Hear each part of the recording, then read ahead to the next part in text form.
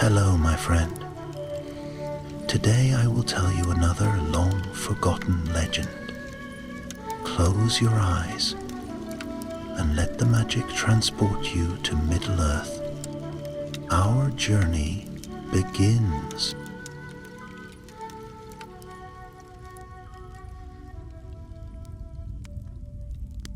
In the chill-blown highlands, beyond the farthest borders of Eriador, where even the long eyes of the rangers seldom turned, there stood a forgotten tower of black stone.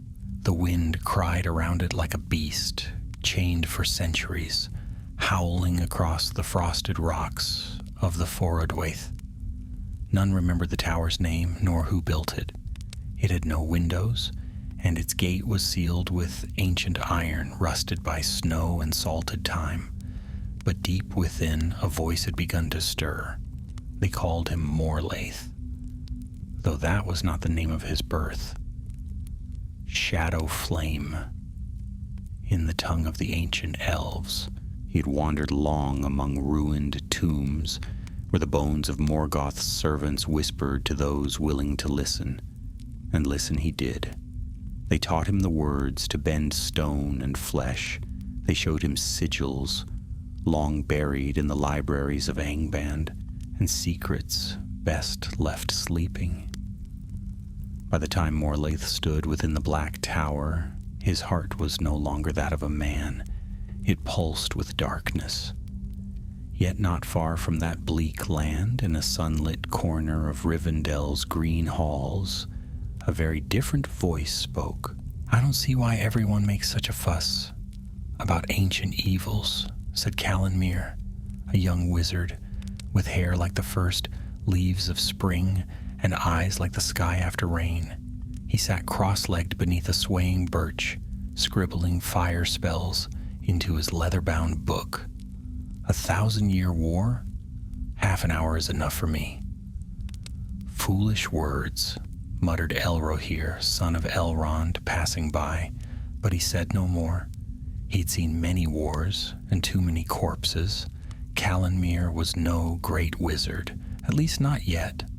He had studied under the lore masters of Imladris, but preferred jest to judgment and boldness to wisdom. He was swift with spells, clever with tongues, and brave without cause. Many said he would grow into greatness, if only he did not get himself killed first.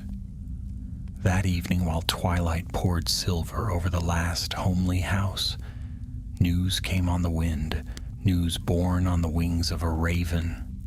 The bird was no ordinary thing, but one of Radagast's messengers, trained to speak in clacks and croaks. It perched upon the eastern balcony and rasped, "Sorcery in the north, unnatural cold, dark light beneath the mountains." Elrond listened, his brow furrowed. He spoke softly to his sons and the gathered Eldar. "This speaks of a shadow that should not rise. A new power stirs in Forodwaith, one who seeks the remnants of Angband's ruin." They spoke of gathering a council, of sending scouts, of long deliberations and cautious steps. But Calanmir was already packing, not in secrecy, for he had no taste for sneaking, but with a wild grin and a bag full of bad ideas. He took with him his staff, carved of white birch, and a weathered book of spells he barely understood. He tied up his long cloak with a silver brooch shaped like a fox's head and whispered to himself, "Let's see what all this fuss is about." By the time Elrond noticed the missing cloak, Calanmir was already past the Bruinen River, singing nonsense to the stars and calling it magic. It was a hard road north. The lands turned colder, the sky paler, the trees thinned, and the hills grew steeper. But Calanmir pressed on, never doubting, never turning. In the village of Tharbard's Hollow, little more than a collection of huts tucked between the cliffs, he found the first sign of true darkness. people were gone. No corpses, no signs of battle, no blood. Just silence. Snow drifted in through broken windows.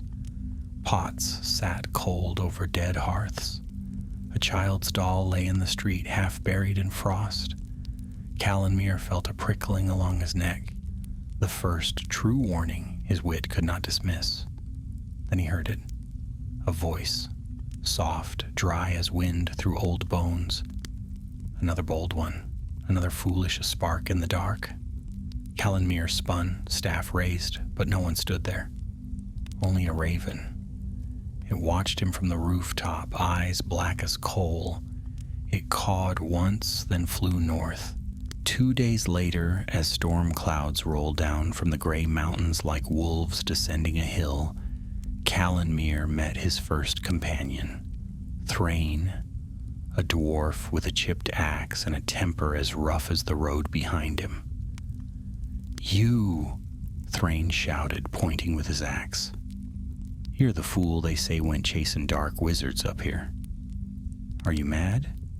"Possibly," said Calenmere, cheerful as ever.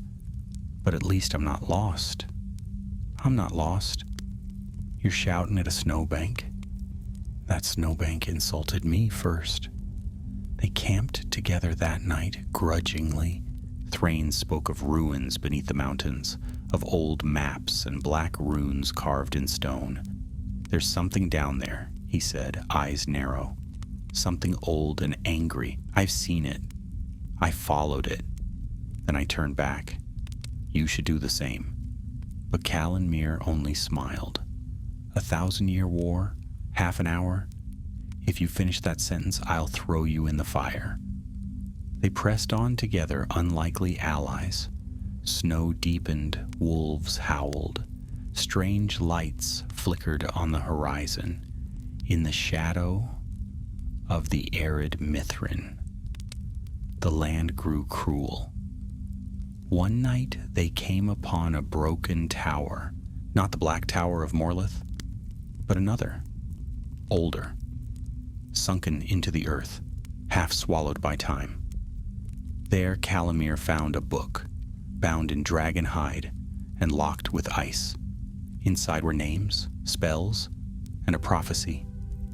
When the child of stars meets the heir of flame, the bound one shall stir, and the sky shall break. Calenmere frowned. "Well, that doesn't sound good." Thrain said nothing. He'd seen the sigil on the book before, once deep in the caverns near Gundabad. It marked the doorway to a tomb that no dwarf would enter, even for gold. "A relic lies beneath these mountains," Thrain whispered, "one not even Sauron dared touch." And someone was trying to wake it. Far above, in his tower of silence, Morlaith lit a brazier with no flame. Shadows danced around him, whispering of two travelers, a fool wizard and a stubborn dwarf. He smiled. The game had begun. Snow fell in a ceaseless curtain as Calenmere and Thrain trudged northward, the wind biting through cloak and beard alike. The path had long ceased to be a path at all. It was now nothing more than a jagged line of frost-slicked rocks and creaking pines, twisted by cold and age. Yet still they pressed on, the wizard with a fire in his chest, the dwarf with a storm behind his eyes. They spoke little. Calenmere, for once, seemed subdued, his usual glibness buried beneath the weight of the book they had taken from the sunken tower. It sat wrapped in oilskin inside his satchel, but even so, he claimed he could hear a faint hum whenever they drew near to places of power. Thrain, for his part, had grown tense, his axe never far from hand, his eyes scanning the ridgelines. Something was following them. He had not yet spoken of it aloud, but in the frozen hush of the mountains, instinct spoke louder than words. 3 days after they left the ruined tower, they came to a deep ravine where the snow had melted in strange patches, revealing dark, glassy stone beneath.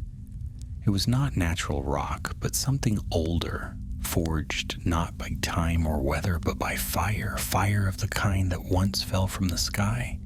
Calanmire knelt beside it, tracing his fingers over an ancient mark etched in the surface. "It's Quenya," he said quietly, brushing away the snow. "It says, 'Here the heavens wept, and the stars were broken.'" Thrain narrowed his eyes. "What does that mean?" Calanmire didn't answer immediately. He was frowning, staring not at the stone, but at something only he could sense. "It means we're near. Whatever Morlaith is trying to reach, it fell from the sky. Long ago. And it wasn't a relic. It was alive."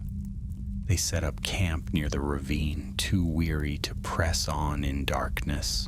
That night, Thrain took the first watch, while Calanmire slept beneath a tangle of firs and dreams. The dwarf sat with his back to a gnarled pine, sharpening his axe with slow, practiced strokes. The sound was rhythmic, almost comforting, until it was broken by the snap of a twig. He rose instantly, blade in hand, eyes scanning the shadows between the trees. The fire crackled behind him, casting flickering light into the dark. For a long moment, nothing moved. Then a shape stepped into view. Tall, cloaked in tattered black, a hood pulled low over its face. Thrain raised his axe, heart hammering. "Show yourself," he barked. The figure did not speak. Instead, it raised a pale hand and beckoned. Thrain took a step forward, then another. The wind howled louder, and in its voice, he thought he heard whispers, names, songs, old griefs brought to life. He shook his head, trying to clear it, but the figure was already gone, vanished into the trees without a trace. Only the snow remained, fresh and undisturbed. When morning came, Thrain said nothing of what he'd seen. Calanmire, bleary-eyed and yawning, muttered something about being kept up by a buzzing in the air, but he seemed none the wiser. They descended into the lowlands of the northern range later that day, entering a narrow pass carved by ancient waters.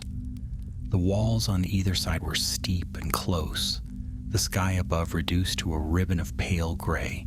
Ice hung in long fangs from the cliffs, and strange red moss grew in cracks along the stone.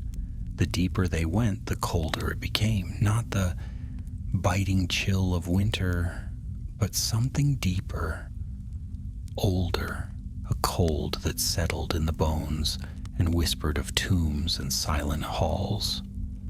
By midday they reached the end of the pass, where a stone door stood half buried in the snow. It was carved with sigils that Calanmire could not read, and even Thrain, who knew the runes of the Khazad better than most, seemed troubled by them. "This place wasn't built by dwarves," he muttered, brushing frost from the archway. "Or if it was, they weren't like any dwarves I'd care to meet."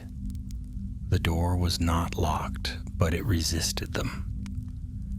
Calanmire placed his hand against it and whispered a spell. Light shimmered along the runes for a heartbeat, then faded. The door creaked open with a groan like a dying beast, revealing a staircase descending into darkness. They lit torches and entered. The stair wound down into the mountain, spiraling past statues of forgotten kings and chambers thick with dust.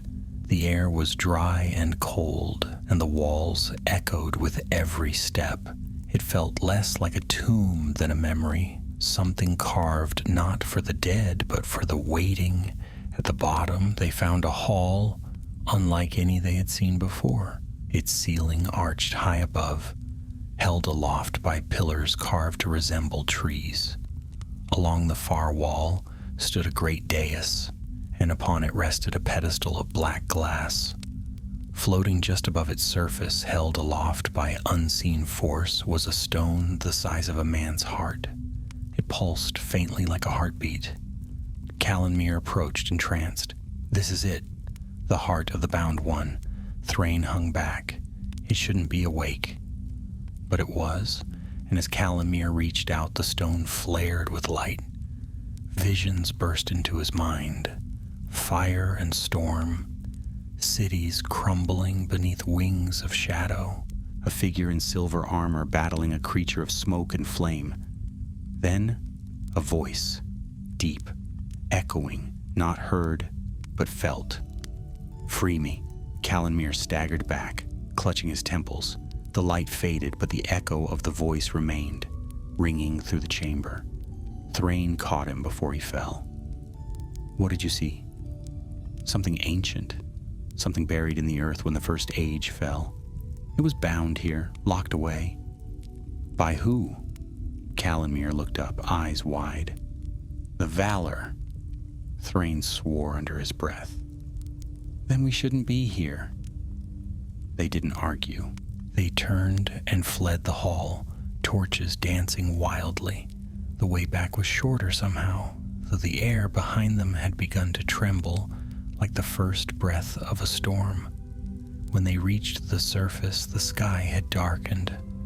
Lightning flashed in the far east, and standing upon the ridge above them, silhouetted against the storm clouds, was a man cloaked in black, his arms raised as if in greeting. Calamir stepped forward, narrowing his eyes. Morlaith. The figure said nothing, but the shadows at his feet began to writhe.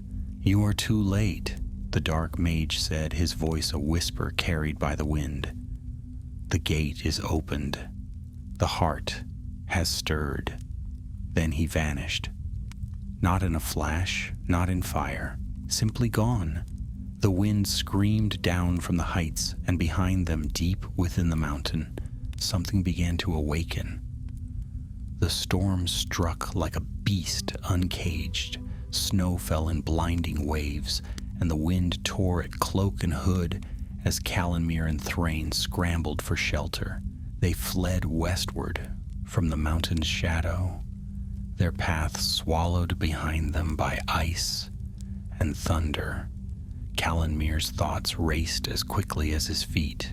He could still hear the words echoing in his mind. "Free me." It had been no illusion, no trick of ancient magic or lingering memory. Something had spoken to him from within that stone, something powerful and bound by will, older than the world of men, and now it stirred. They found refuge beneath a rocky overhang, half buried in a grove of frost-bitten trees. Thrain piled snow around the base to block the worst of the wind, while Calamir struggled to light a fire with shaking hands. His staff refused to answer him at first, the wood protesting the magic as if repulsed by what he had touched. At last, a flame sprang to life, small and flickering, but enough to push back the worst of the cold. They sat close together, breathing steam and watching the dark. For a long while neither spoke. Then Thrain said quietly, "You should not have touched it." "I know," Calamir replied, staring into the fire. "But I had to." "No, you didn't. That's the difference between wisdom and pride." Calamir glanced at him, the flickering light casting sharp shadows across the dwarf's face. "You think this is pride? I didn't wake it. Morlith did." Thrain shook his head. "You think that matters? You were the one it spoke to. You're part of this now, like it or not." The words stung, though Calamir did not show it. Deep down he knew the dwarf was right. He hadn't come north to save the world. He hadn't even come to fight. He'd come because it sounded exciting, because the songs in Rivendell had filled his head with fire and glory. But glory didn't feel like this. Glory didn't leave you trembling by a half-dead fire, while something ancient turned in its sleep beneath the earth. By morning the storm had passed, but the world it left behind was changed. The trees seemed twisted, their branches reaching like claws. The sky had a pale yellow hue, and the wind no longer sang. It whispered. They broke camp quickly, neither eager to remain in that place. Calanmere wrapped the satchel tighter around the dragon-hide book and fastened it beneath his cloak. He had not opened it since the chamber, and yet he could feel it now, pulsing faintly like the heartstone in the pedestal. "We need to find him," he said as they made their way down the mountain slope. "Morleth?" Calanmere nodded. "If we wait, he'll finish whatever he started. That voice I heard, it wasn't just some sleeping thing. It was waiting for a command. He's trying to wake it." Thrain grunted. "And if he does, what then?" Calanmere didn't answer. The truth was he didn't know, but he remembered the vision, the wings of shadow, the crumbling cities, the fire swallowing the stars. It hadn't felt like a warning. It had felt like memory. They followed the river south for 2 days, moving swiftly through the woods. Here and there they found signs of others, footprints, half covered by snow, and the occasional scorched tree. Once they found a mark carved into the bark of an elm, a circle broken by 3 slashes. Calanmere recognized it from his studies. It was a symbol once used by the Black Númenóreans, a remnant of the old sorcerers who had served Sauron in the days of Númenor's fall.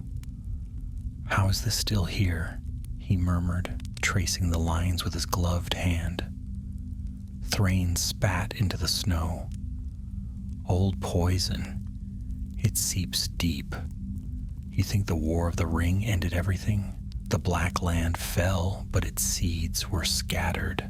Morleth's not the first fool to water them." The trail led them toward the ruins of a fortress known in old maps as Cargamar, built into the cliffs where the forest met the mountains.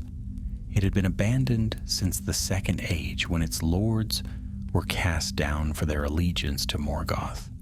But as they approached, it became clear that the place was no longer empty.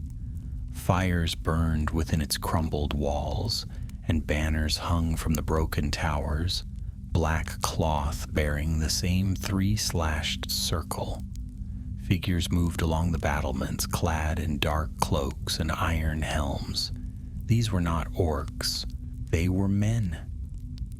"Cultists," Thrain growled. "He's gathered followers." "Not just any followers," Calanmere whispered. "Those are Dunedain, or what's left of them." He recognized the way they moved, the precision of their sentries, the armor style. These were once kin to the Rangers of the North, but they had turned from the path of their fathers. Their eyes glinted with a strange fervor, as if their souls had been bent by something far greater than fear. The 2 companions watched from a thicket of holly on the ridge above. The gate was closed, guarded by 2 sentries and a pair of black-armored hounds the size of ponies. Getting in would be near impossible, unless they had help. That night, as they lay beneath the twisted trees, Calanmere drew out the dragon-hide book. He turned its pages slowly, careful not to speak the words aloud. Within it were spells he did not understand, names he could not pronounce. But near the end, tucked between 2 brittle pages, was a scrap of parchment marked with a map and a note in Elvish script. "Seek the hollow hand beneath the ashen falls. There lies the gate." He turned to Thrain, who was sharpening his axe again, with quiet deliberation. "There's another way in." The dwarf looked up. "I'm not climbing into any hole with that book in your hands. I'm not asking you to trust the book. I'm asking you to trust me." Thrain sighed. "That's worse." They set out before dawn, moving along the cliffs until they reached the waterfall marked on the map, a thin stream pouring from the mountain's face, hidden behind a screen of ice. Behind it, just as the note had said, was a narrow path that led down into the rock. The hollow hand was not a gate in the usual sense. It was a chamber deep beneath the earth, carved in the shape of a giant's palm, fingers curled inward. At its center was a stone circle covered in old sigils, faintly glowing with silver light. Calanmir stepped forward and placed the book in the center. The ground trembled. The sigils flared once, then fell dark. A gust of cold air swept through the chamber, and slowly, soundlessly, a section of the far wall slid open, revealing a stairway leading up. They had found their way in. But what waited above was no longer just Morlaith. The mountain had begun to awaken.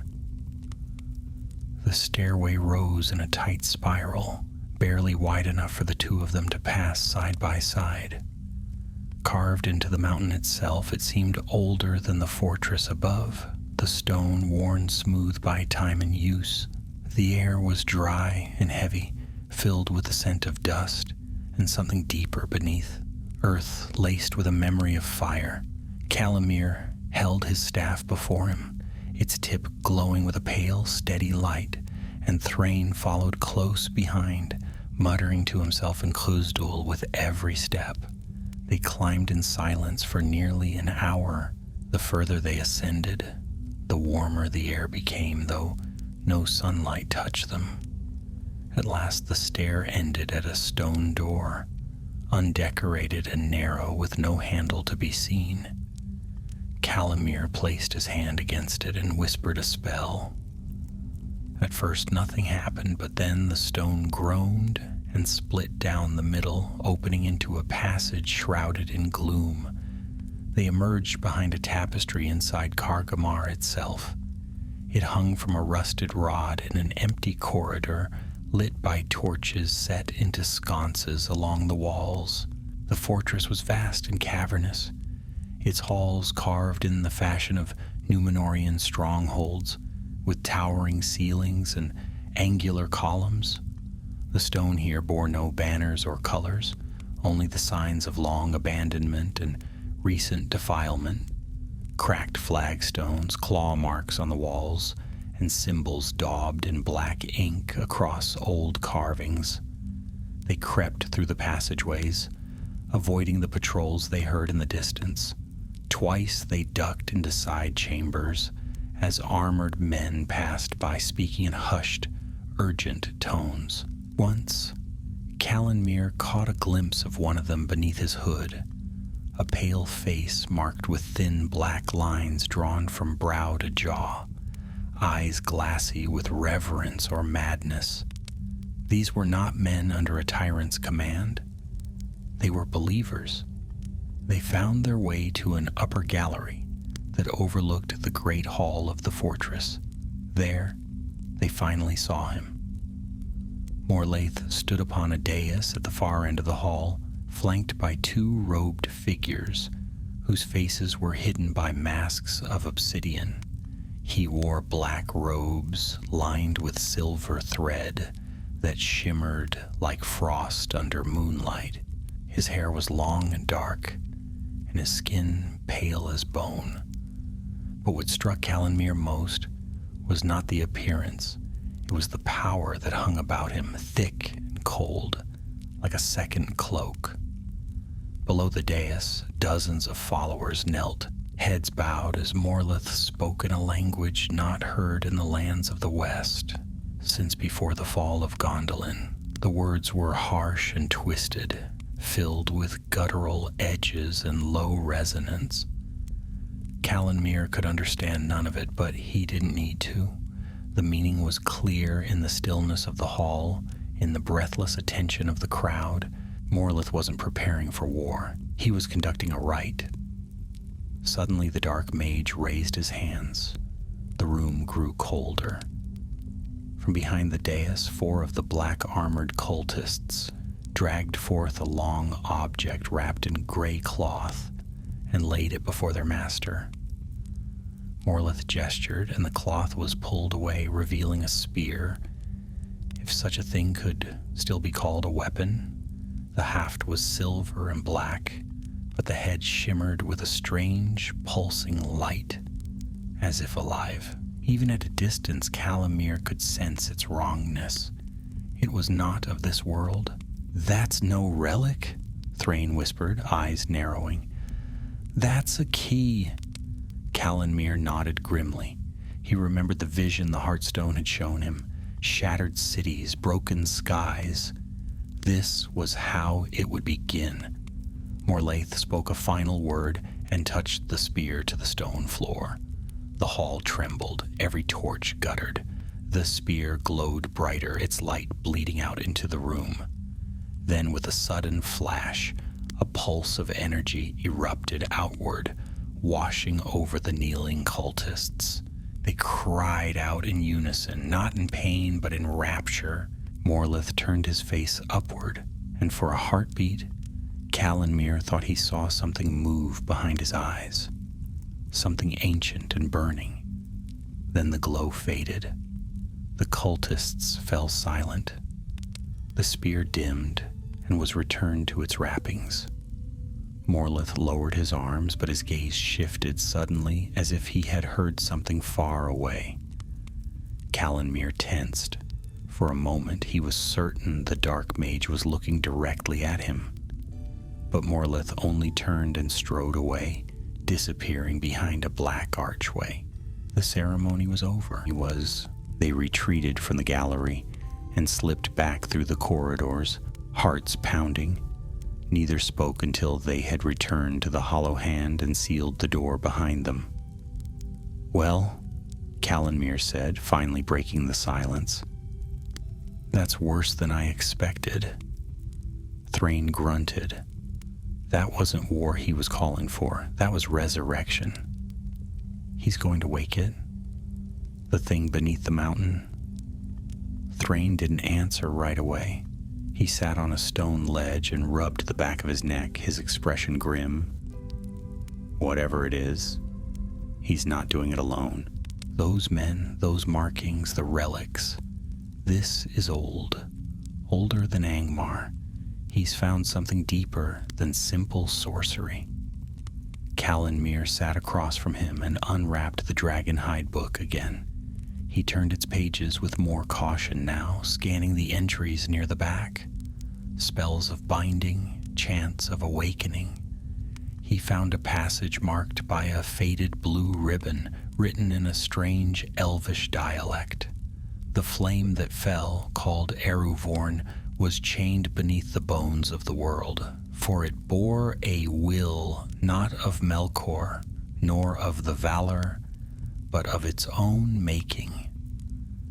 Neither wholly good nor wholly evil, a Maya unclaimed, wild and broken, bound by all powers lest it consume them in its fire. Calanmir's eyes widened. It's a Maya. Not like Sauron, not twisted by the Dark One, but something else. Something left behind after the First War. Thrain leaned forward. Then it's not asleep, it's imprisoned. And Morlaith means to set it free? They sat in silence, the full weight of the truth pressing down upon them. The 1,000-year war, the cult, the artifacts. It was all a prelude. Morleth wasn't trying to conquer lands or raise armies. He was summoning a god of fire, long forgotten by both elves and men, and somewhere in the depths of the earth, it had already begun to stir. The morning after their return from Kargamar's hidden undercroft, the mountain groaned. Not the rumble of thunder overhead or the shifting of stone under ice, but a sound from deep below, an ancient, echoing moan that made the very bones of the earth tremble. Calanmir sat bolt upright, the book of dragonhide pressed to his chest, and Thrain already had his axe in hand, eyes wide. That, the dwarf said, voice low and steady, was not wind. No, Calanmir agreed, heart racing. That was it. They broke camp at once, following the river eastward toward the base of the mountain. With Morlaith's cult occupying the upper fortress, there was no returning the way they had come. Instead, they turned toward a lesser-known dwarven road, which Thrain remembered from his younger days. A tunnel carved centuries ago, long since sealed, but still marked on the maps of the old clans.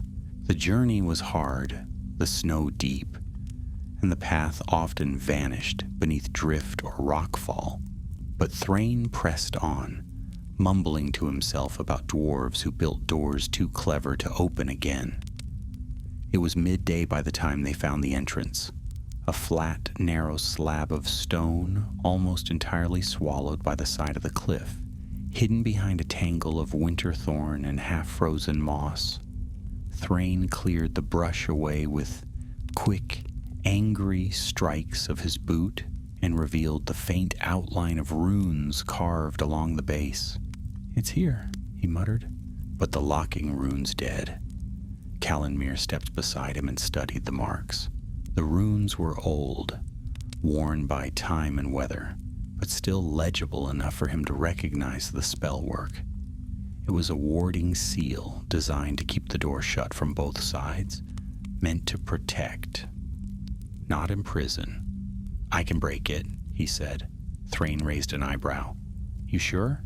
"No, but we don't have many choices." Callanmere drew his staff and placed the tip gently against the central rune. He whispered words of Quenya and Sindarin, weaving them together with fragments of the dwarvish phrase carved into the lintel. The spell resisted at first, like a knot refusing to be untied. Then, with a sudden, shivering crack, the seal broke. The slab shifted inward just an inch, but enough for Thrain to wedge his fingers into the crack and pull it open. Darkness lay beyond, thick and absolute. Callanmere touched the stone beside the door and summoned light from his staff. It flared softly, casting pale gold across the first few feet of corridor. The walls were smooth and square-cut, the stone old but solid. They stepped inside, sealing the door behind them. The tunnel stretched downward at a gentle slope, disappearing into the deep earth. The air was cold and dry, untouched by time. Dust lay thick on the floor, but no footprints marked it, not even those of rats. As they walked, Callanmere kept one hand on the wall, feeling for changes in the stone. The deeper they went, the warmer the air became, though no fire had been lit. After nearly an hour, the tunnel opened into a small chamber with stone benches carved into the walls and an old water basin in the center. The water shimmered faintly, untouched by decay. A relief above the basin showed a line of dwarves in procession, bearing torches and hammers, their eyes turned to the mountain's peak. "It's a rest station," Thrain said, brushing dust from one of the benches. "They built these every half-day's march. That means we're getting close to the Heart Roads." They took a short rest, ate what little food remained, and continued on. The passages grew wider now, branching off into different directions. Callanmere trusted Thrain's memory to guide them, for the halls of stone all looked the same to him, gray and silent and unwelcoming. After some time, they came to a great doorway blocked by a slab of obsidian-like stone. Symbols burned faintly on its surface, old and angry. Callanmere felt them before he saw them, a thrum in the pit of his stomach, a warning in the back of his mind. "This was sealed," Thrain muttered, stepping back. "Dwarves didn't carve that. That's not ours." "It's his," Callanmere said quietly, reaching out a hand and resting it an inch from the stone. Morlaith came this way, or maybe he opened something best left shut. They skirted the door and continued along the main corridor. which curved downward like a great coiled snake. The warmth increased as they descended, and the stone underfoot took on a dark sheen. Occasionally they passed through chambers where crystals jutted from the walls, glowing faintly blue or green, and in one hall a great vein of red firestone pulsed as though it contained a heartbeat of its own. At last they came to a bridge spanning a deep chasm, the far side lit by a strange orange glow. They stepped onto it cautiously, every footfall echoing into the abyss. Halfway across, Calamir stopped and looked over the edge. "What is it?" Thrain asked. "I hear breathing." The dwarf moved to his side and listened. Then his face hardened. "You're not wrong." They crossed the rest of the bridge in silence and entered a vast chamber beyond. It stretched wider than any room Calanmere had ever seen, its ceiling lost in shadow, its floor covered in smooth black stone. At the chamber's center, raised on a circular dais, stood a monolith of glass-like crystal, taller than a house, shaped like a shard of some titanic sword, embedded in the earth like a fang. Within the crystal burned a shape, a humanoid form, indistinct and writhing, made of flame and shadow. Its eyes were shut. Chains of light wrapped around it in 5 directions, each etched with runes from a different tongue: Valoran, Quenya, Khuzdul, Adunaic, and something older still. Calanmere approached slowly, reverently. "Eruvorn," he whispered. The chained Maya stirred. Thrain took a step back. "We shouldn't be here." But Calanmere had already opened the Dragonhide book. He found the final page, the one he had never dared to read aloud, and drew a breath. Before he could speak, the air shifted. A cold wind swept through the chamber, and a voice echoed from the shadows. "I hoped you'd come," said Morlaith. He stepped into the light, flanked by his 2 masked acolytes. The dark mage was calm, smiling faintly, his black robes unmarred by dust or snow. "You're too late, of course," he continued, folding his hands behind his back. "The seal is broken. The bindings unravel thread by thread. But you brought the final piece, the words, the blood, the will." Calanmere stepped back, heart pounding. "You mean to unleash it?" Morlaith's eyes gleamed. "Not unleash, guide." He raised a hand and the chamber trembled. The flame within the crystal surged. The awakening had begun. The chains surrounding the crystal began to hum. At first it was soft, barely audible, like wind curling through dry grass. But it grew quickly into a low metallic drone that filled the chamber, pressing against Calanmere's ears and vibrating through the soles of his boots. He clutched his staff tightly, the runes along its shaft pulsing with faint gold, as if reacting to the presence of ancient power. Thrain positioned himself in front of the wizard, feet braced and axe ready. But Calanmere knew steel alone would be useless here. Morlaith stepped calmly toward the crystal. The 2 masked figures remained behind, their hands raised in perfect symmetry, whispering incantations under their breath. The shadows clung to them as though drawn to their presence, wrapping their robes in coils of flickering gray mist. Morlaith raised his left hand and touched the surface of the crystal. Flames licked along the inside in answer, and the bound figure within turned ever so slightly. Its face was still unclear, shifting like molten rock, but the shape of it, the suggestion of eyes, a mouth, a brow, was undeniably humanoid. "You don't understand what you're awakening," Calanmere said, trying to keep his voice steady. Eruvorn isn't something you control. He was bound for a reason. Morleth didn't turn. His fingers traced the runes carved into the crystal as if reacquainting himself with a long-lost friend. "Bound by cowards," he said softly, "who feared a power they could not define. He is not evil, Calanmir. He is potential, unshaped. He was never forged by Melkor's hand, nor claimed by the Valar, and in him lies freedom from the ancient chains of order and chaos both. He will burn away the old world and leave space for something new." Thrain snorted. "I've heard this kind of madness before. Always ends with ashes." "And yet," Morleth replied, glancing back over his shoulder, "the world is still built on the bones of those ashes." Behind him, the crystal pulsed again. One of the chains, the one etched in the ancient tongue of Adonaic, cracked like ice under strain. A sharp, crystalline sound echoed through the chamber, and a thin fracture appeared along its length. The bound figure inside stirred again, more clearly now, more deliberately. Its eyes opened, twin embers glowing faintly in the smoke and fire of its being.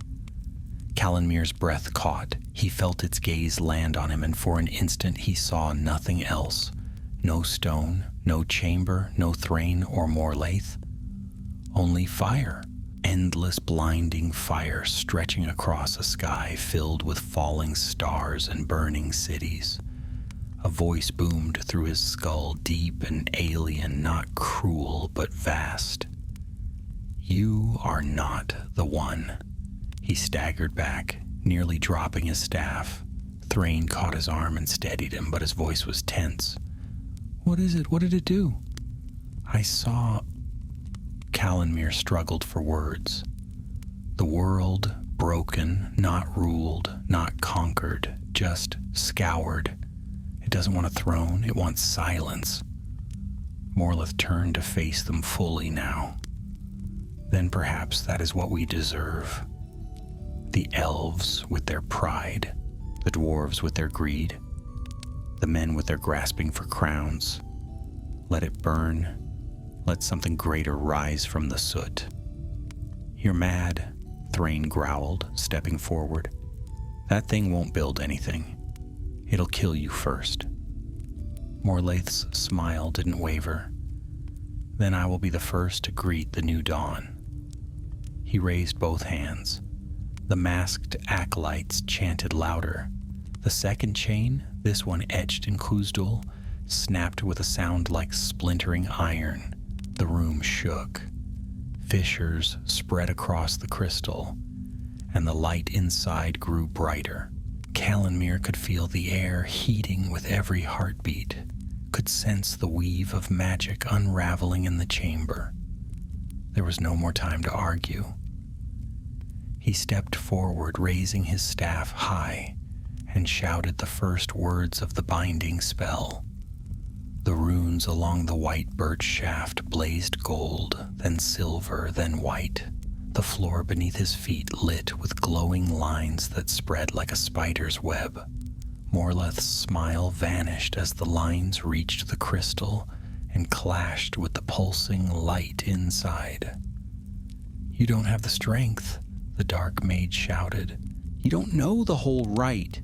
"No," Calanmir agreed through gritted teeth. "But I know how to break it."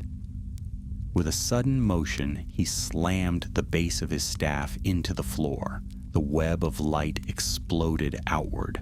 One of the acolytes screamed as the magic struck him. His mask split and he collapsed. The second fell back, the chant faltering. The chain of Valoran flared white and held fast, resisting the pull of awakening. Morlaith snarled, stepping in front of the crystal to shield it. Shadows surged around him like smoke drawn into a forge. He flung a blast of dark energy at Calanmir, but Thrain was faster. The dwarf leapt between them, taking the brunt of the spell with his axe, which shattered in a flash of sparks. He crashed to the ground with a grunt, winded but alive. Calenmere raised his staff again, heart pounding. The spell had cost him. His strength was waning, and he could feel the book tugging at him through his cloak, demanding he finish the chant, complete the binding, surrender control. But he didn't want control. He wanted to end it. He tore the book from his cloak and threw it toward the crystal. Morleth lunged, reaching to snatch it from the air, but too late. The book struck the crystal just as the third chain cracked. For an instant, time seemed to pause. Then the book's pages erupted into flame, not with heat, but with light. A blinding radiance that filled the chamber and poured into every crevice of the monolith. The light surged along the cracks, forcing its way into the heart of the bound Maya. The fire inside screamed, a wordless roar that shook the mountain. Then silence. The crystal exploded. Shards of glowing stone flew in all directions, embedding themselves in floor and wall alike. Calenmere shielded his face. When he looked again, the figure that had been bound within was gone. Nothing remained but smoke, and Morlaith, kneeling on the dais, his face twisted with disbelief and fury. "You," he rasped, "you banished it."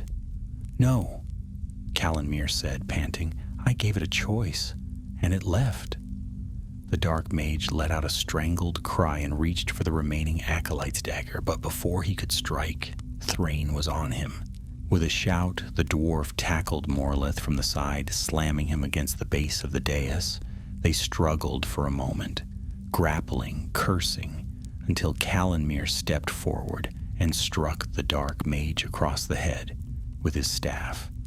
Morleth crumpled. The chamber was still at last. Calenmere dropped to one knee, breathing hard. His limbs ached. His mind was heavy with fading magic, and the mountain's heat had begun to cool. He looked at the ruined crystal and wondered if the thing inside was truly gone, or simply watching from some other place. "Is it over?" Thrain asked, spitting blood onto the floor. Calenmere shook his head slowly. "Not over, but the worst is past." Together they dragged Morleth away from the dais and bound his hands with what rope they had left. The cult would scatter without their leader. The relics were gone. The ancient spirit, Eruvorn, had vanished beyond the reach of spell or stone, and the war that had waited 1,000 years had lasted barely a night. Dragging an unconscious dark sorcerer through the bowels of a mountain was not the sort of adventure Calenmere had imagined when he set out from Rivendell with a full satchel, a bright grin, and far too much confidence. His arms ached, his staff was splintered, and his cloak smelled like burnt parchment. Yet, in spite of everything, they had won, though it hardly felt like it. Morlaith had been bound with rope at the wrists and ankles, his head wrapped in cloth to block both sight and speech. Even so, Calenmere remained cautious. There were spells that required neither hands nor tongue, and the wizard had no interest in letting the dark mage try any of them. He took every opportunity to reinforce the bindings with quiet, flickering wards, drawing from the last dregs of his energy. Thrain, bruised and limping, took the lead as they retraced their steps through the ancient dwarven passages. The air was cooler now, the tremors stilled, but the halls still felt tainted, like a place that had been opened and shut too quickly, leaving the scent of something old and unwelcome lingering in the stone. Neither spoke much. There was little to say. Morlaith's body was heavy and awkward, and the silence that filled the tunnels had a weight of its own. When they finally reached the rest station with the ancient water basin, they stopped to catch their breath.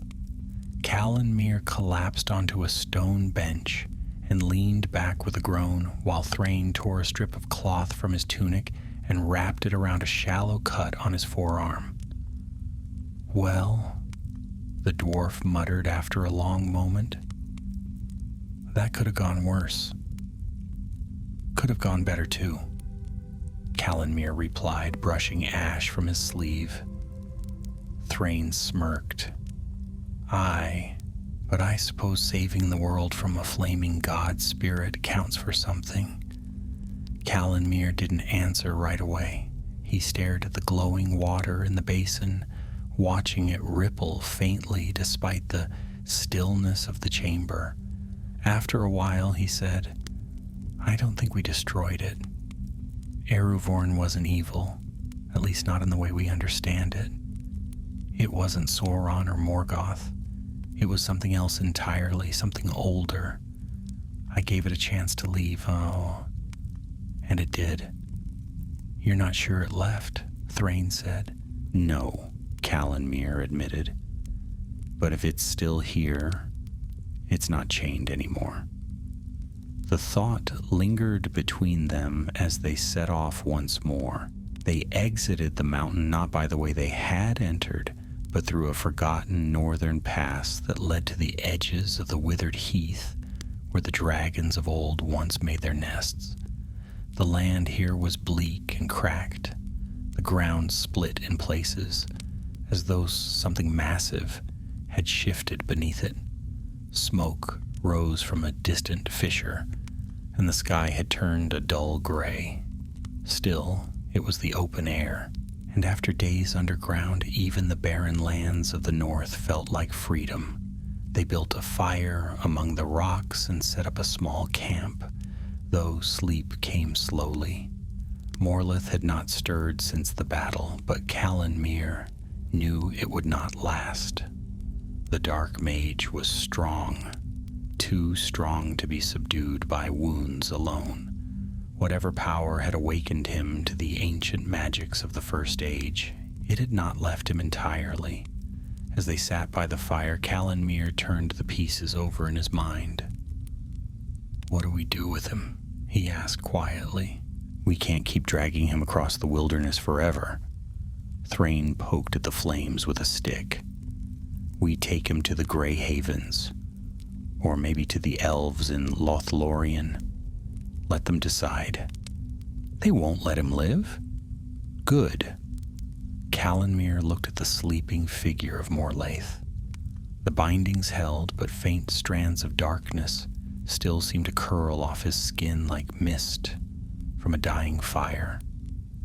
He remembered the conviction in the man's voice, the certainty in his words.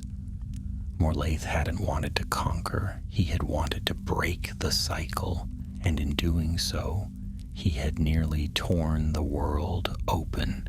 "He wasn't lying," Calenmere said suddenly, "about what he saw. The power in Eruvorn, the freedom it offered. No masters, no rules, not even the valor could control it."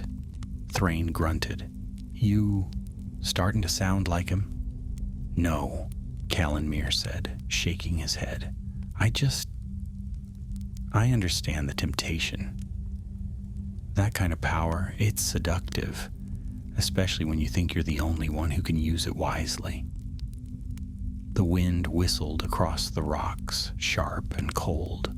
Thrain tossed a piece of dried meat into his mouth and chewed thoughtfully. "Maybe that's why you're not like him," he said after a pause. "You didn't take it. You could have, but you didn't." Calenmere looked at him in surprise. "I thought you didn't trust me." "I still don't," Thrain said flatly. "But you're growing on me like mold." They both laughed, though it was a tired laugh, worn down by battle and frost and the weight of what they had seen. When the fire burned low, they doused it with snow and continued their march south, skirting the edges of the highlands and descending into the wind-carved valleys that led toward the lands of men. It was on the fourth day that Morlaith awoke. He said nothing at first. He only stared, his eyes half-lidded, mouth dry and cracked. Calanmere kept a ward around him at all times, though it flickered when he slept. Morlaith watched them both with an expression of tired amusement, as if he were waiting for them to ask the right question. They didn't. When he finally spoke, it was not to beg for a release or to curse them. His voice was soft, almost conversational. "You know it isn't over." Calanmere didn't respond. Morlaith continued. "You stopped the awakening. You closed the gate. But the world has changed. You can feel it, can't you? Something's different. It's not just magic. It's expectation, as though the land itself is waiting." Thrain gave him a look. Waiting for what? "For the next fool," Morlaith said. "They always come." Calanmere tightened the ropes, but Morlaith didn't resist. He simply lay back against the tree and closed his eyes again, as if content to wait. They reached the edge of the northwestern borderlands by the end of the week, where the woods began to thicken and signs of settlement appeared. Carts abandoned on trails, farmsteads quiet beneath winter's breath. Word had already spread. People had seen strange lights in the mountains, heard the rumble of earth, felt the presence of something vast and unknowable pressing at the edges of the world. And though none knew exactly what had happened, they whispered of a shadow that had risen and passed, and of the mage who had stood against it. The first proper village they reached was a place called Silmarillion, nestled in the crook of a low valley where the pines grew thick and dark. A shallow stream ran along the edge of the road, frozen solid at the edges, and the chimneys let out ribbons of smoke that curled into the pale sky. After so many days in the wilderness, Calanmere found it strangely peaceful. Too peaceful, given the storm they had just weathered. A few children played in the snow along the fence posts. An old man was sweeping his doorstep with an armful of twigs. No one ran. No one screamed.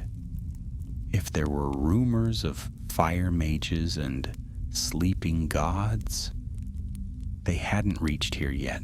They approached slowly, not wishing to cause alarm, though they cut a strange sight.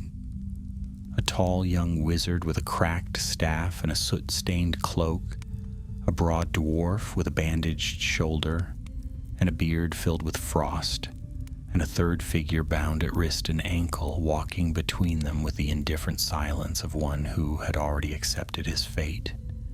It was Thrain who spoke first, raising a hand to the nearest farmer. "Peace, friend. We're travelers, cold, hungry, and not here to trouble you." The farmer eyed them warily, especially Morlaith, but after a long pause he gave a curt nod and pointed them toward the inn, a squat, timber-framed building with a crooked roof and an old horse tethered outside. Inside, the fire was warm, and the smells of stew and wood smoke clung thick in the air. The innkeeper, a red-faced woman with sharp eyes, took one look at them and muttered something about trouble following cloaks. But she poured them bowls of soup and directed them toward the far table by the hearth. Calanmere eased himself onto the bench with a sigh, stretching his legs beneath the table. Morlaith was tied to the post just beside him, and Thrain sat opposite, spoon already halfway to his mouth. It wasn't long before a few curious villagers began to gather, murmuring in low tones and peeking from behind the beams. Word spread quickly in small places, and it seemed even the quiet folk of Dunmeril knew when strangers smelled of danger. A few tried to speak to them, but Thrain fended them off with curt grunts and glares while Calanmere kept his focus on the fire. His hands were sore, his thoughts even more so, and though his body rested, his mind refused to be still. The image of Erevorn, of that flame-shrouded form within the crystal, still danced behind his eyes. He'd felt something in that moment, something deep and vast, like standing on the edge of the world and peering into the spaces between stars. Power beyond comprehension. And it had looked at him, truly looked, and turned away. "You still think it chose to leave?" Thrain asked suddenly, stirring him from his thoughts. Calanmere blinked, then nodded. "Yes." If it hadn't, we wouldn't be sitting here. Or it simply found you unworthy? He shrugged. Maybe. Either way, I think that's the end of it. But Morlith laughed softly at that. It was a low sound, dry and mocking, and when they turned to him, he opened his eyes and spoke in a voice barely above a whisper. "Fools. Do you think a thing like that just disappears? It has tasted awareness again. The bindings may have been restored for a time, but the call has already gone out. Others will come, they always do." Thrain made a sound halfway between a growl and a sigh. "I'm beginning to wish I'd let it smash you against the rocks." Calanmere raised a hand. "Enough. He's a prisoner now. We'll hand him over once we reach the elves." Morlith gave him a long, unreadable look. "You think they'll know what to do with me?" "I think they'll decide better than I can." He said no more, and Morlaith lapsed back into silence, though his eyes never closed. He sat unmoving, as though listening to something far away. They stayed the night at the inn. The beds were lumpy, the quilts scratchy, but it was the first roof they had slept under in over a fortnight. Thrain snored loudly within moments, and Calanmere, though exhausted, lay awake far longer, watching the fire in the hearth burn low. When he finally drifted into sleep, his dreams were strange and full of soundless voices. He awoke before dawn and stepped outside into the chill. The village was still and gray, the ground crisp with frost. A thin mist clung to the stream, curling through the reeds like a living thing. He stood there quietly, staff in hand, trying to listen, not for danger, but for some echo of the thing they had left behind. But there was nothing. No rumble beneath the ground, no whisper on the air. Just a bird calling from the trees. That was when he heard the hoofbeats. They came quick and sharp over the hill, cutting across the morning stillness like drum beats.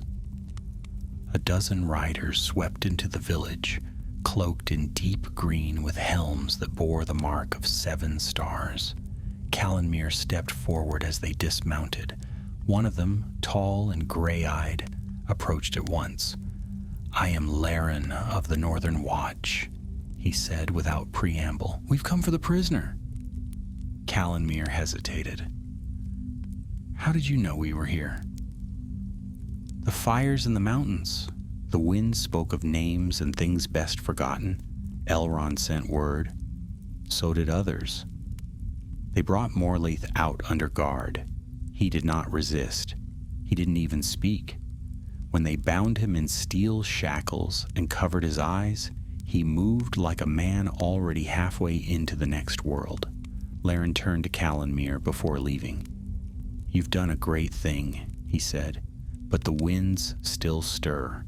The mountains are restless, and this is not the last shadow you'll face." Calanmere nodded. "I know." The riders disappeared into the trees, and with them the last living trace of Morlaith's war. By midday, the village was already returning to normal. The innkeeper handed them fresh bread and a wrapped parcel of cheese, insisting they take it in case another fire spirit decided to drop by.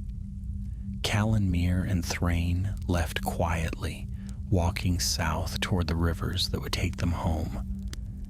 It wasn't until they were far from Dunmaril, the wind behind them and the sun breaking faintly through the clouds, that Calanmere allowed himself to speak freely again. "I never meant to get pulled into all this," he said. "I know," Thrain replied. "You just wanted a bit of excitement." "You got it." "A 1,000-year war," I said. He laughed under his breath. "Half an hour's enough for me." Thrain glanced sideways at him. "Next time, pick a shorter prophecy." Calanmere grinned, and for the first time in many days, the road ahead felt lighter. The road turned gentler as they left the craggy wilds behind. What had been narrow mountain tracks and crumbling old stone paths gave way to softer forest trails, winding through golden pines and bare-limbed oaks that rattled quietly in the breeze. The snow thinned as they went, giving way to patches of wet earth and bramble, and for the first time in weeks, the scent of green things returned to the air. Calanmere walked with his hands tucked into his cloak, his staff slung over one shoulder, and his hair wind-tangled and full of pine needles. He looked more like a wandering bard than a wizard, save for the faint light still clinging to the broken rune near the tip of his staff. Thrain trudged beside him, steady and sure, his boots kicking up mud as he muttered about damp weather and how dwarves should never travel this far from stone. Their path took them south along the edge of the Trollshaws, a land of deep gullies and moss-covered stones, where great boulders sat like sleeping beasts, and strange cries echoed at dusk. They encountered no trolls. The creatures had long since crept back into the deeper caves for winter, but the place still bore their scent. Thrain scowled often, as if expecting one to leap from behind every stump. It was on the third night of travel, as they camped in a hollow beneath a leaning fir, that Calanmere noticed something odd. The moon was bright and nearly full, casting a silver glow over the forest, and yet the fire refused to burn properly. It crackled, low and dim, no matter how much dry wood he fed it, and the shadows seemed too long, stretching toward him like fingers. At first he thought it was just fatigue, or his mind still caught in the memory of the mountain. But then he felt it again, that faint pressure in the air, like a whisper held just out of reach. He glanced at Thrain, who was chewing thoughtfully on a piece of salted meat. "Do you feel anything strange?" The dwarf looked up. "Aside from camping in a place that stinks of troll? I mean the fire, the shadows." Thrain grunted and looked around. The firelight flickered across his face, casting sharp lines under his eyes, but there was no fear in his expression. "It's nothing," he said. "Old places always keep old memories. Let it go." But Calanmere couldn't. That night he slept lightly, one hand resting on the spine of the dragon-hide book. What was left of it? He'd thought it destroyed, in the crystals shattering, but when they'd searched the chamber afterward, he'd found the cover lying untouched among the ruins, its pages burned away, but its surface still warm. It bore no title, no sigils now, just a faint mark at the center, an eye or a sun, or perhaps both. He didn't trust it, yet he hadn't been able to bring himself to cast it away. The next morning they woke to frost on their blankets and the sound of distant howling. Not wolves, Thrain assured him, but something older. They moved faster after that, keeping to the thicker woods and avoiding the open valleys. And though they met no danger, the forest never felt quite right. Branches moved when there was no wind. Birds fell silent as they passed. Once Calamir thought he saw a shadow flit between the trees, tall and robed in black. But when he turned, it was gone. By the time they reached the river Mythicleer, the unease had begun to creep into Thrain as well. He muttered to himself more often, his hand never straying far from his new axe, a gift from a smith in Dunmaril, shaped from old iron and rougher than the last, but no less deadly. The river ran fast and gray, its banks slick with moss and broken stone. They followed it west, toward the hills that marked the edge of the Shire's wild borders. It was there, on a rainy afternoon, that they met her. She stood beneath a hawthorn tree, her cloak deep green and her face veiled by a silver hood. At first they thought she was a traveler, perhaps a ranger or an elf out of Imladris, but as they drew nearer, Calanmir felt the magic that hung around her like mist. It was subtle, gentler than Morlaith's, far older and filled with sorrow. "Do not be afraid," she said before either of them could speak. Her voice was soft, though it carried clearly through the rain. "I've been waiting." Thrain stiffened. "Waiting for what?" "For him," she said, turning her gaze on Calanmir. He stepped forward warily. "Who are you?" She pushed back her hood, revealing a face both young and ancient, framed by hair the color of pale starlight. Her eyes were the deep blue of winter skies. There was something familiar about her, though Calanmir couldn't place it. "I am called Eleanor," she said. "Long ago, I stood at the feet of the trees in Valinor. Longer still, I served the house of Feanor. I have wandered since the breaking of the world." Calanmir's breath caught. He'd read of the Eldar who had never sailed west, who had lingered in Middle-earth beyond the call of the sea. Few remained now, and even fewer walked among men. "Why are you here?" he asked. She looked at the sky, where the clouds were beginning to break apart, allowing faint sunlight to filter through. "Because the flame you touched is not gone. It has not passed into the void, nor faded. It has changed." Calanmir took a step closer, lowering his voice. "Then where is it?" "In you," she said. The words hung in the air, too heavy to dismiss. Thrain stood up straighter, suddenly alert. "What does that mean?" "It means," Eleanor said gently, "that Erevorn did not abandon this world. It chose to remain. Not as it was, but as something new, something waiting to grow. You, Calanmir, were the vessel that brought it back into waking, and though you refused its power, a piece of it lingers in you still." Calanmir stared at her, heart thudding. "I never wanted it. I never called it." "No," she agreed, "and that is why you were chosen." He turned away, fists clenched.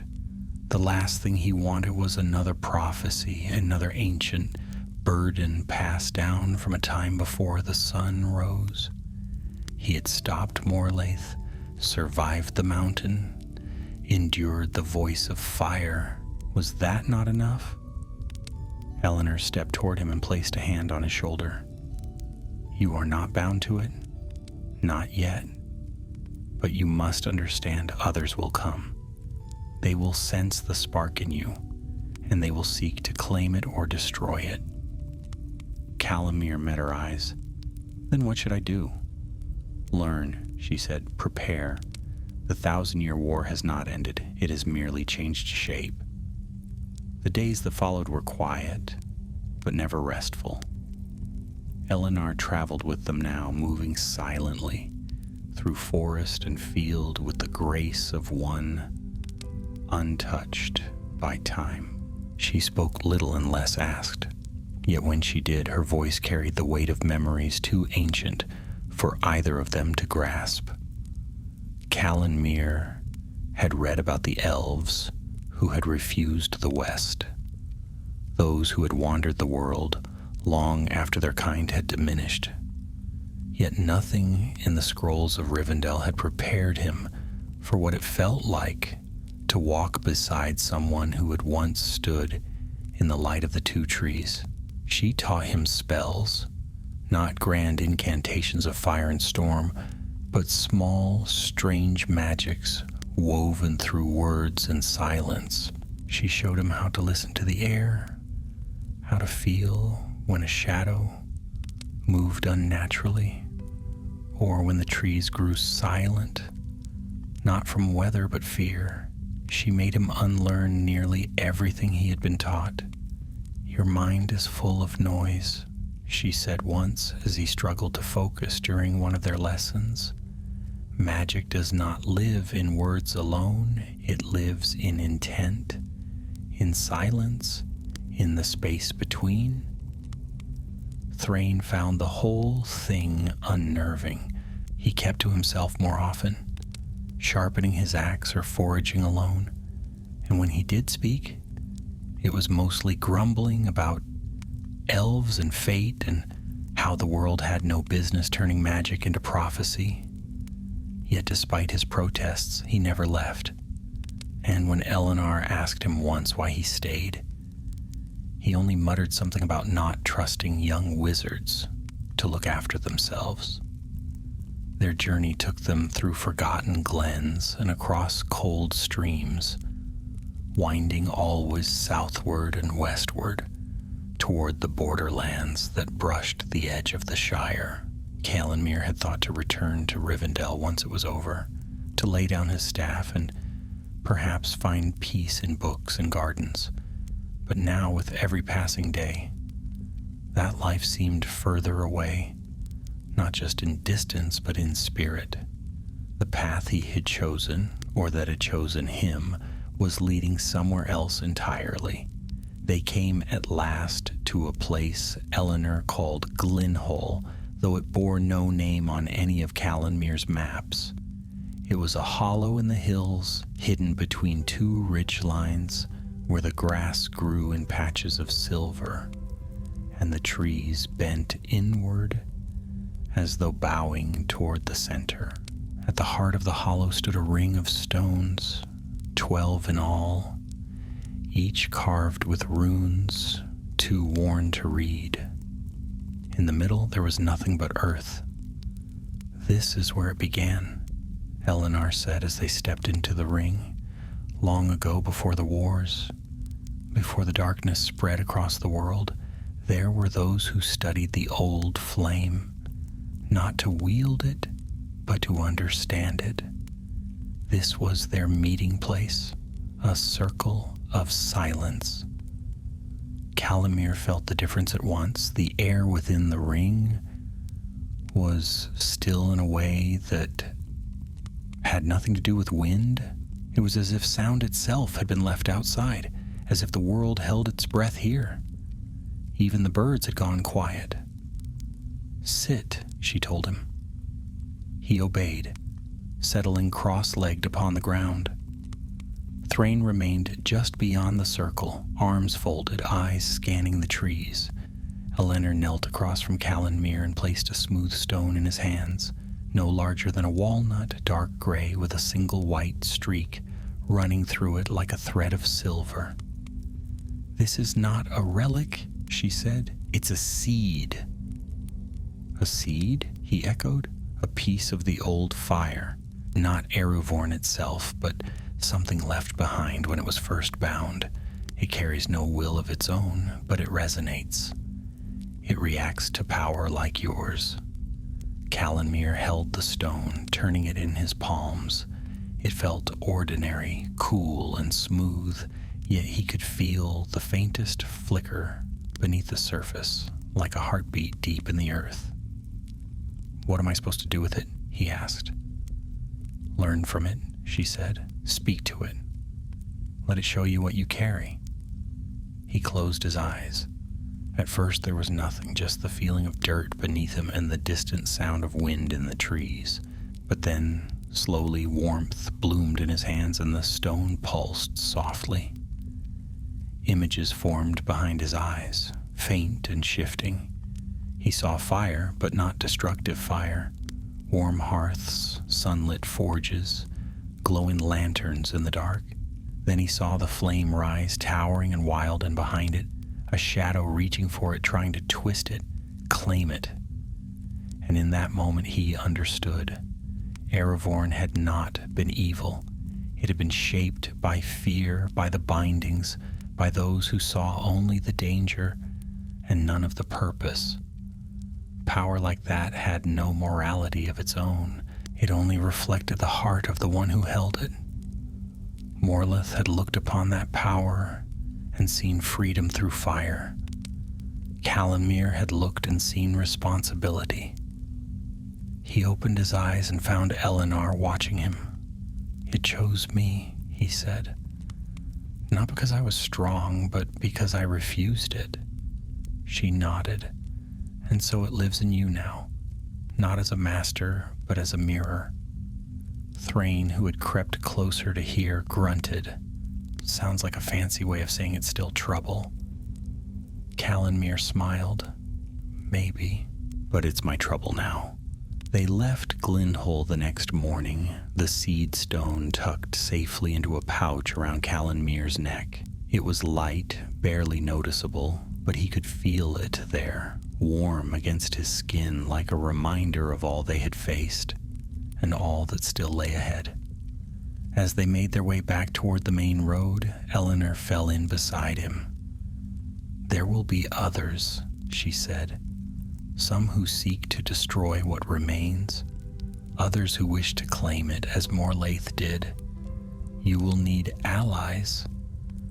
A path like this is never walked alone." "I have Thrain," Calanmir said. She gave him a faint smile. "Yes, but the world is wide. You will need more than a dwarf with a grudge and a bad temper." "I heard that," Thrain called from ahead. "You were meant to," she replied. Calanmir chuckled. The road still stretched long before them, full of twists and dangers he could not yet name. But he no longer walked it with the reckless confidence of youth, nor the despair of someone who'd seen too much. He walked it as one who had faced fire, who had listened to the silence in the spaces between, and who had been changed. Whatever came next, he would meet it not as a student or a hero, but as himself. Rain found them again as they left the hills behind. It wasn't the cutting, icy rain of the mountains, nor the drenching storms that flattened crops and flooded the lowlands, but a steady, cold drizzle that sank into cloaks and boots and left everything damp and dull. The trees thinned, giving way to moor and marshland, and the path became little more than a muddied ribbon winding southward. Birds kept to their nests, and even the wind seemed uncertain. The world felt hushed, as if waiting for something to stir. They were still a week's journey from Rivendell. Calanmir had thought more than once about whether they should return at all. What could Lord Elrond offer that Eleanor had not already revealed? What would he say when he learned that a spark of Eruvorn's flame still burned in one of his own students? It weighed on him constantly, not as fear exactly, but as the slow creeping understanding that his life no longer fit the shape it once had. The boy who had set out from the last homely house, grinning beneath a heavy pack and laughing at the idea of ancient wars, no longer lived in him the same way. That version of himself had cracked open somewhere in the mountain, and in its place, something quieter and older had begun to take root. Eleanor had said little since Glendhole. She walked at a measured pace, sometimes beside Callanmere, sometimes ahead, her gaze always on the horizon. When she did speak, her words were sparse and pointed. She did not waste breath on comforts or speculation. It was Thrain who carried the burden of keeping spirits up, though he pretended otherwise.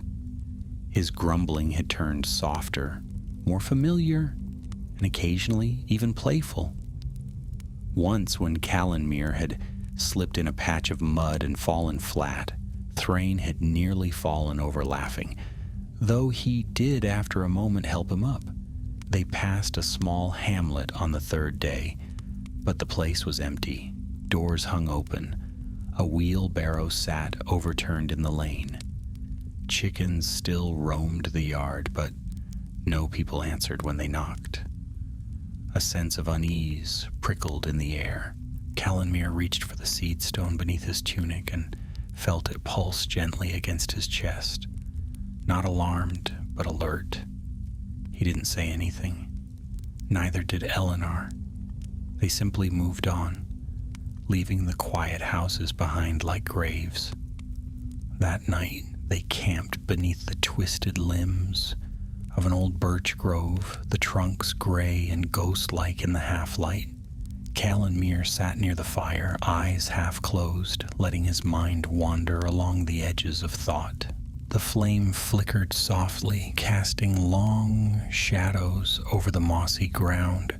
He had begun to understand that not all magic required words or focus. Sometimes it came when he let go of trying, when he allowed himself to listen instead of command.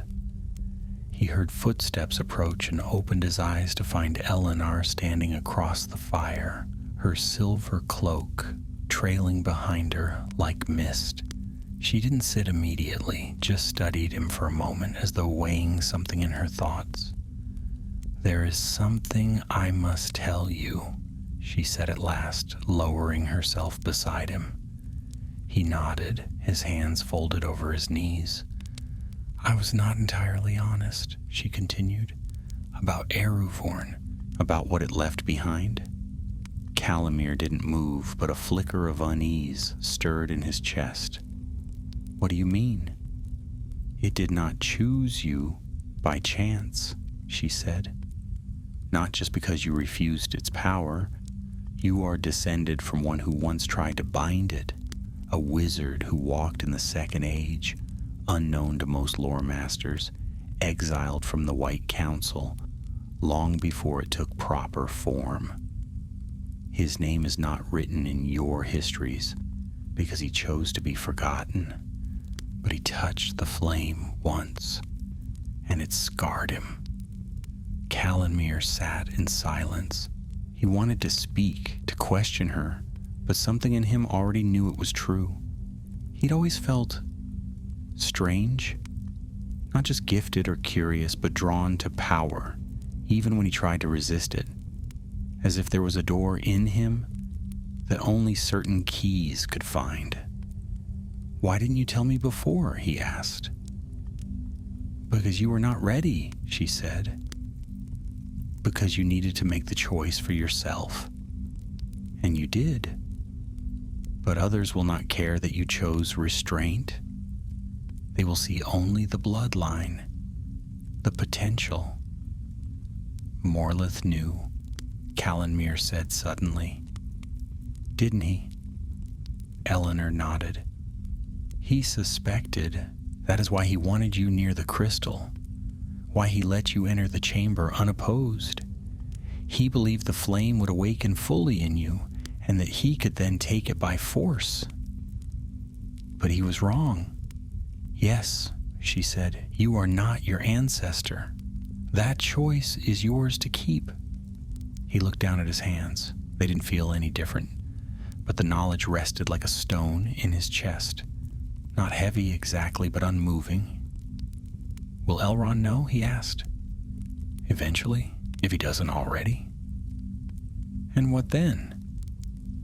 Elinar's gaze drifted to the fire. That depends on what kind of world we wish to shape. There are those who will fear you, even in Rivendell, and others who will try to use you. You must decide whether to hide or to stand. Calanmere was quiet for a long while. The fire popped and hissed, sending sparks spiraling upward into the trees. I never wanted to be part of any war, he said.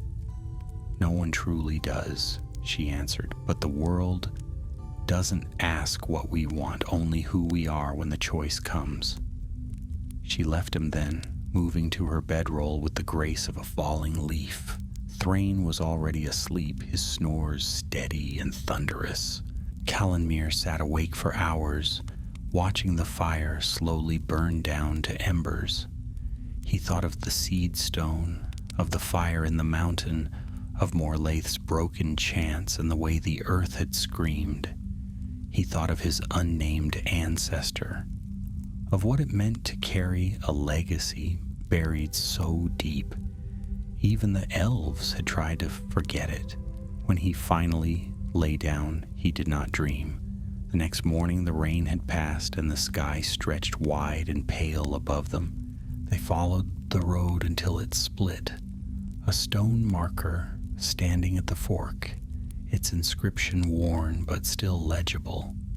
West to the Shire, east to Imladris, south to the Havens.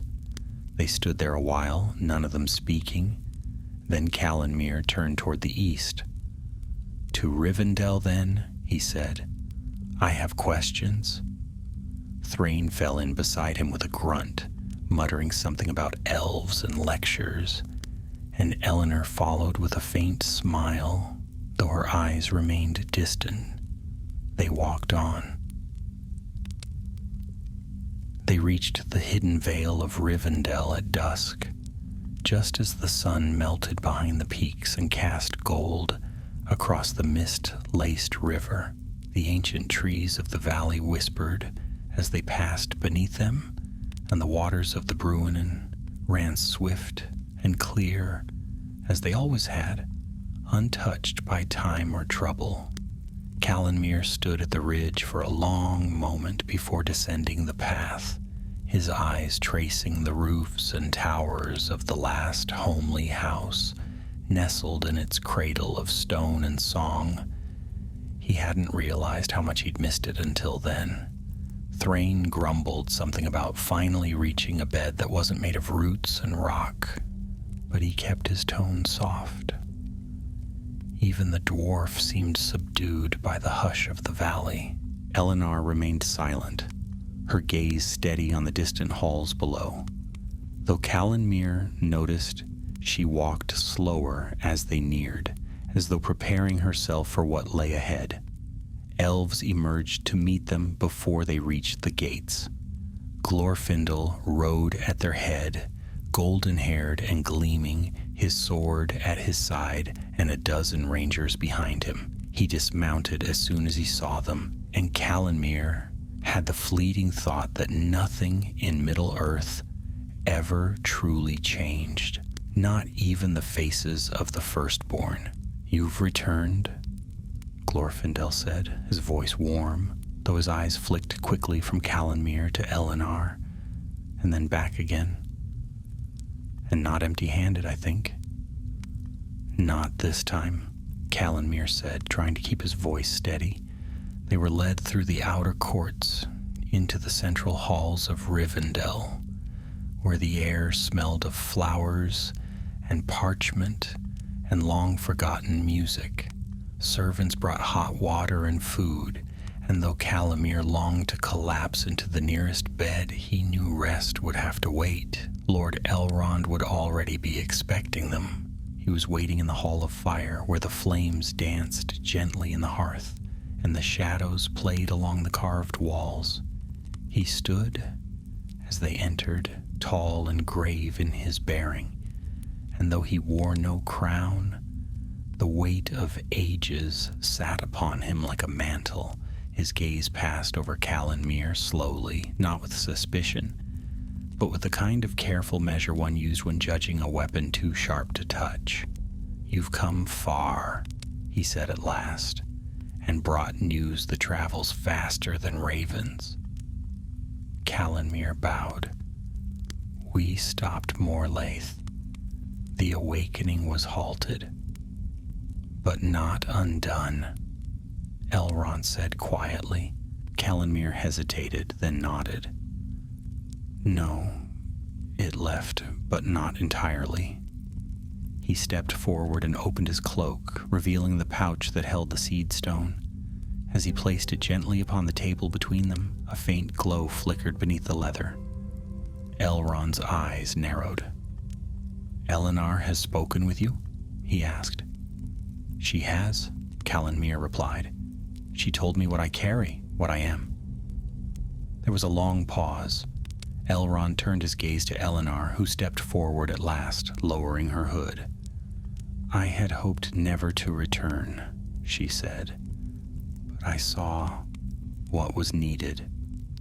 Elrond inclined his head. "And was it the right choice?" She looked at Calanmere and then back at him. "It was the only one." They spoke at length after that. Calanmere told all, of the ruined fortress in the north, of the relic beneath the gray mountains, of the battle in the crystal chamber, and the voice that had filled the earth with flame. He spoke of the choice he had made, of the chain he had broken, and the words he had cast aside. Elrond listened without interruption, his face unreadable. When Calanmere finished, there was silence in the hall.